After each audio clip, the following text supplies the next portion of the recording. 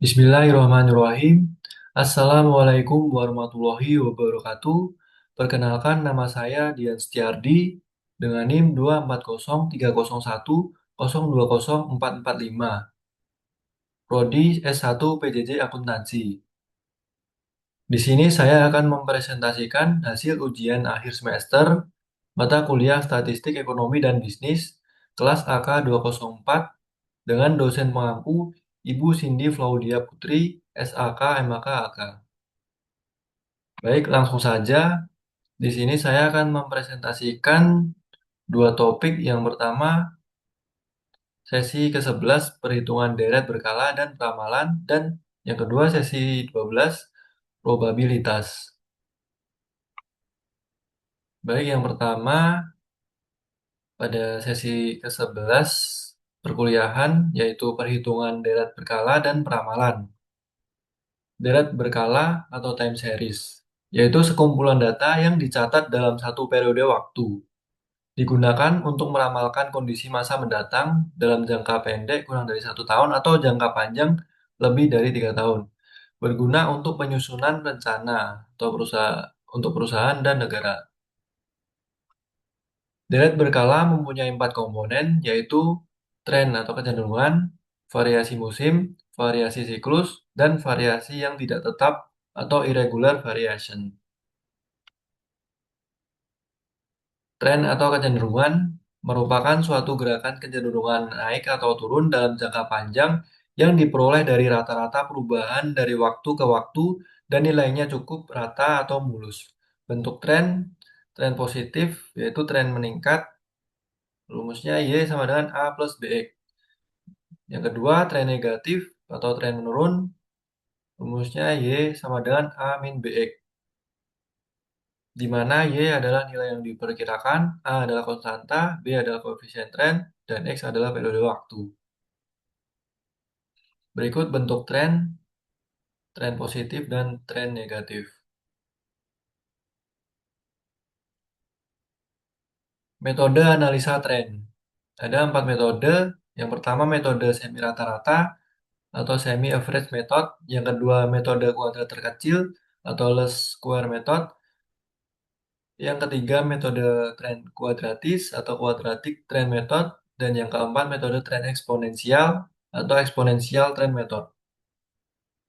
Metode semi rata-rata dengan cara mencari rata-rata kelompok data. Langkahnya, kelompokkan data menjadi 2 kelompok, hitung rata-rata, hitung dalam letak, dan letakkan di tengah kelompok K1 dan K2 menjadi nilai konstanta dan letak tahun merupakan tahun dasar. Hitung selisih K2 dan K1. Jika K2 dikurangi K1 lebih dari 0, trennya positif. Jika K2 dikurangi K1 kurang dari 0, trennya negatif. Langkah selanjutnya, tentukan nilai berubah dengan N. Dengan cara B sama dengan K2 min K1 dibagi tahun dasar 2 min tahun dasar 1. Persamaan tren Y sama dengan A plus BX. Untuk mengetahui besarnya tren, masukkan nilai X pada persamaan. Untuk data ganjil, data tahun tengah dapat dihilangkan atau dihitung 2 kali. Berikut contohnya dari tahun 2000 sampai dengan tahun 2008 dan penjualan. Untuk nilai A pada tahun 2022 sama dengan 131 dan tahun 2006 sama dengan 152,8. Untuk nilai B dengan rumus tadi berarti 152,8 dikurangi 131 dibagi tahun keduanya yaitu tahun 2006 dikurangi 2002 dan hasilnya adalah 5,45. Selanjutnya, metode kuadrat terkecil. Dengan menentukan garis tren yang mempunyai jumlah terkecil dari kuadrat selisih data asli dengan data pada garis tren. Persamaannya Y sama dengan A plus BX. Mencari nilai koefisien. A sama dengan sigma Y dibagi N, dan B sama dengan sigma XY dibagi sigma X kuadrat. Baik, berikut contohnya. Persamaannya yaitu Y sama dengan A plus BX, di mana A diperoleh dari jumlah Y dibagi 8 atau jumlah tahunnya, sama dengan 144,875. Dan B sama dengan jumlah X kali Y, yaitu 179,5 dibagi X kuadrat 42, sama dengan 4,274. Peramalan tahun 2008, X sama dengan 4,5, maka Y sama dengan 144,875 ditambah 4,274 dikali 4,5 sama dengan 164,108. Selanjutnya, metode tren kuadratis digunakan untuk tren jangka panjang yang polanya tidak linier. Maka digunakan metode tren kuadratis. Persamaannya Y sama dengan A plus BX ditambah C X kuadrat, nilai koefisien, konstanta A, pengubah B, dan pengubah C. Berikut rumusnya.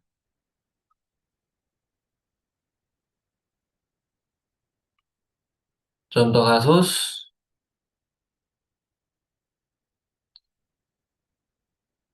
untuk koefisien A dan pengubah B, pengubah C berikut.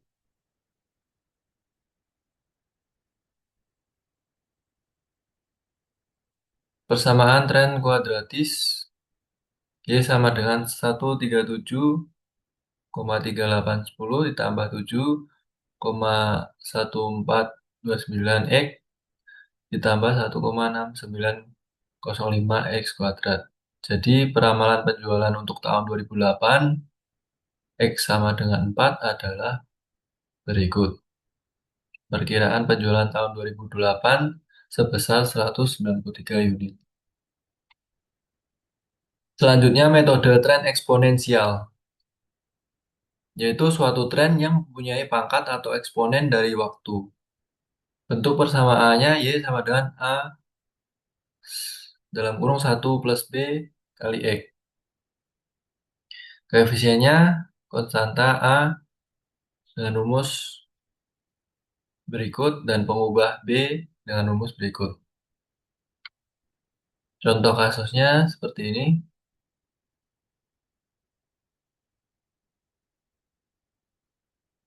Konstanta dan pengubah langsung dimasukkan dengan rumus tadi. Berikut persamaan tren eksponensial dan peramalan penjualan tahun 2009 dengan X sama dengan 5 sebesar 144 unit.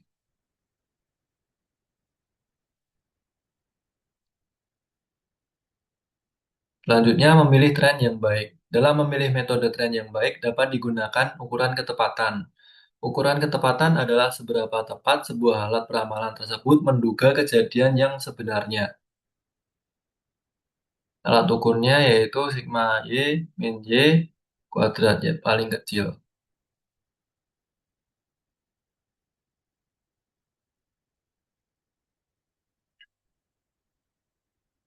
Berikut untuk metode semi rata-rata, hasilnya 1990. Untuk metode kuadrat terkecil 2576. Untuk metode kuadratis 876,26. dan metode eksponensial 2525,48. Kesimpulannya, metode kuadratis yang lebih kecil. Jadi metode yang cocok untuk meramalkan penjualan adalah metode kuadratis, yaitu sebesar 876,26. Baik, untuk sesi selanjutnya, sesi ke-12, untuk topik selanjutnya, sesi ke-12 yaitu probabilitas. Apa itu probabilitas? Dalam hidup sehari-hari, banyak situasi di mana seseorang perlu memprediksi suatu kejadian. Maka dari itu diperlukan probabilitas. Probabilitas adalah angka yang menyatakan kemungkinan terjadinya suatu peristiwa. Dengan kata lain, peluang terjadinya peristiwa yang berbeda-beda dapat diukur menggunakan probabilitas. Dan salah satu tujuannya adalah untuk mengambil keputusan. Dalam penerapannya, probabilitas digunakan untuk menganalisis berbagai fenomena dengan memperhitungkan matematis. Tidak terkecuali dalam dunia bisnis yang sering menghadapi ketidakpastian. Probabilitas dapat membantu mengambil keputusan secara objektif dan berdasarkan data, alih-alih hanya mengandalkan insting. Tujuan dari probabilitas adalah untuk mengukur ketidakpastian dengan membuat prediksi atau hipotesis, sehingga seseorang dapat mengambil keputusan yang sesuai.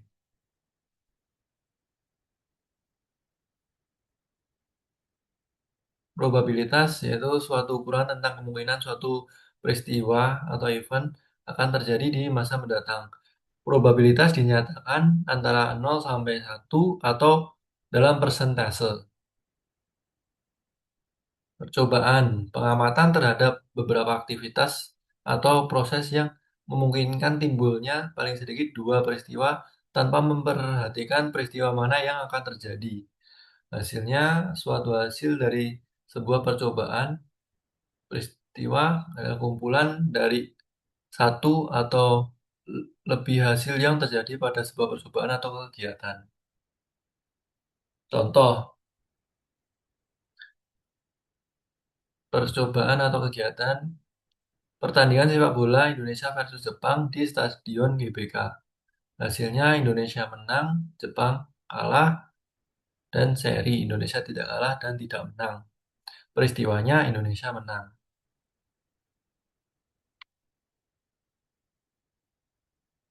Pendekatan probabilitas ada tiga, pendekatan klasik, pendekatan relatif, dan pendekatan subjektif. Pendekatan klasik, definisinya yaitu probabilitas dihitung berdasarkan asumsi bahwa semua hasil yang mungkin memiliki kemungkinan yang sama untuk terjadi. Rumusnya probabilitas suatu peristiwa hasil sama dengan jumlah kemungkinan hasil dibagi jumlah total kemungkinan. Contohnya, untuk percobaan kegiatan melempar uang, hasilnya muncul gambar dan muncul angka. Jadi probabilitasnya 1/2. Contoh kedua, untuk kegiatan perdagangan saham, yaitu menjual saham dan membeli saham. Probabilitasnya 1/2. Percobaan perubahan harga, inflasi harga naik dan deflasi harga turun. Probabilitasnya 1/2. Percobaan mahasiswa belajar, lulus memuaskan, lulus sangat memuaskan, lulus terpuji. Probabilitasnya 1/3. Selanjutnya pendekatan relatif. Probabilitas dihitung berdasarkan observasi atau pengalaman masa lalu. Rumusnya adalah probabilitas sama dengan jumlah kejadian yang diamati dibagi jumlah total percobaan. Contoh, jika sebuah koin dilempar 100 kali dan gambar muncul 48 kali, probabilitas munculnya gambar adalah 48/100 atau 0,48. Pendekatan subjektif. Probabilitas ditentukan berdasarkan keyakinan, penilaian, atau intuisi individu. Tidak ada rumus pasti dan probabilitas bisa berbeda antar individu. Contohnya, Anda menjawab 3 soal benar salah yang Anda tidak tahu jawabannya sama sekali. Berapakah peluangnya Anda menjawab benar satu soal? Jika Anda menjawab tiga soal benar salah secara random, maka akan ada 8 hasil yang mungkin yaitu benar-benar benar, benar-benar salah, benar salah benar, salah benar benar, benar salah salah, salah benar salah, salah salah benar, dan salah salah salah. Satu jawaban yang benar bisa berasal dari benar salah salah, salah benar salah, dan salah salah benar. Jadi probabilitas tiga soal benar salah secara random akan menghasilkan satu jawaban yang 3/8 benar ada atau 0,375. Selanjutnya hukum probabilitas. Yang pertama, penjumlahan kejadian terpisah atau mutuali eksklusif. Dua kejadian tidak dapat terjadi bersamaan.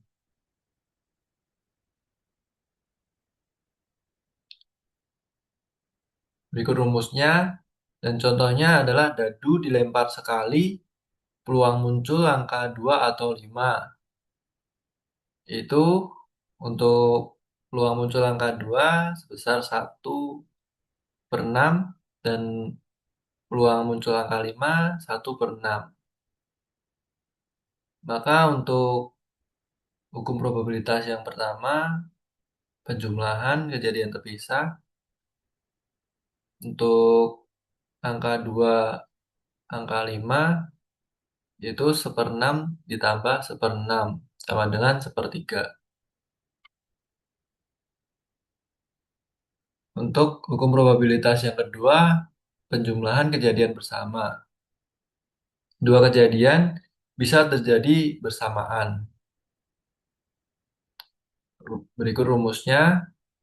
Contohnya dari 52 kartu, peluang dapat kartu merah atau king. Peluang dapat merah 26/52. Peluang king 4/52.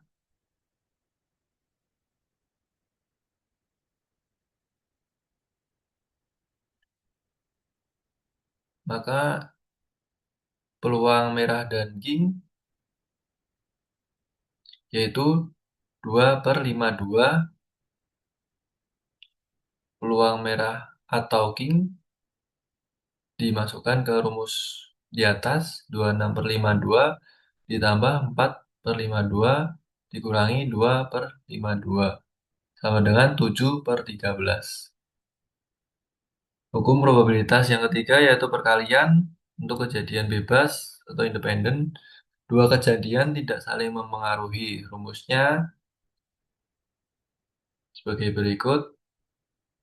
P A dan B sama dengan PA kali PB. Contohnya, koin dan dadu dilempar. Peluang dapat angka genap dan gambar. Peluang genap sama dengan 3/6 atau setengah. Peluang gambar sama dengan setengah. Peluang genap dan gambar sama dengan setengah kali setengah. Sama dengan 1/4.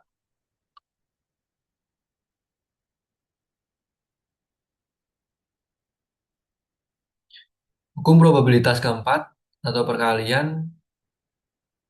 Hukum perkalian kejadian bersyarat atau dependen. Kejadian satu mempengaruhi kejadian lain. Rumusnya sebagai berikut. Contoh mengambil dua kartu as dari 52 kartu tanpa dikembalikan. Peluang as pertama 4/52, peluang as kedua pertama yaitu sama dengan 3/51.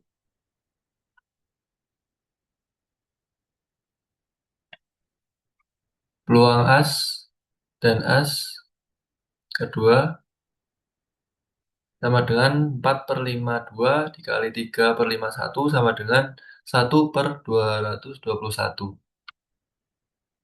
Selanjutnya teorema Bayes atau aturan Bayes. Teorema Bayes juga dikenal dengan aturan Bayes, sangat berguna sebagai alat untuk menghitung probabilitas bersyarat. Teorema Bayes dapat dinyatakan sebagai berikut. Teorema Bayes diberikan A1, A2, AN. Masing-masing adalah himpunan dari kejadian yang saling asing dan bersama-sama membentuk ruang sampel S. Misalkan B merupakan sebarang kejadian dari ruang sampel yang sama. Selanjutnya, berikut ada rumusnya.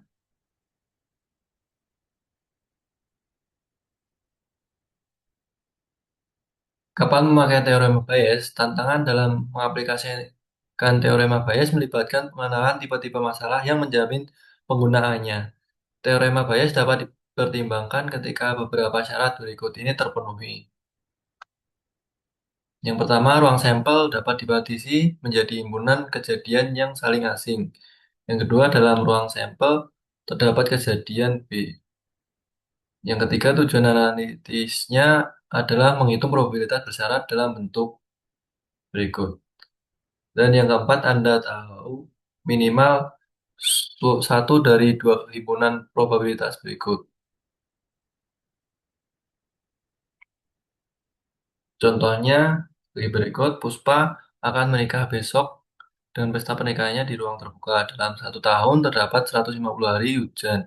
Sayangnya peramal cuaca memprediksikan bahwa besok akan turun hujan. Dari data, peramal tersebut mampu meramalkan esok hari terjadi hujan dengan tepat 80%. Di samping itu, dia salah meramalkan esok hari hujan, padahal tidak hujan 10%. Berapakah peluangnya akan terjadi hujan pada hari Puspa menikah? Solusi ruang sampel dari peristiwa di atas adalah dua kejadian yang saling asing, hujan dan tidak hujan. Sebagai tambahannya, kejadian ketiga adalah peramal cuaca memprediksikan hujan. Notasi dari kejadian di atas diberikan sebagai berikut. Yang pertama, kejadian A1, hujan besok hari, hari Puspa menikah. Kejadian A2, hujan tidak terjadi pada hari Puspa menikah. Dan kejadian peramal cuaca memprediksikan besok terjadi hujan. Sekian presentasi dari saya, ada lebihnya, ada kurangnya saya mohon maaf. Terima kasih. Wassalamualaikum warahmatullahi wabarakatuh.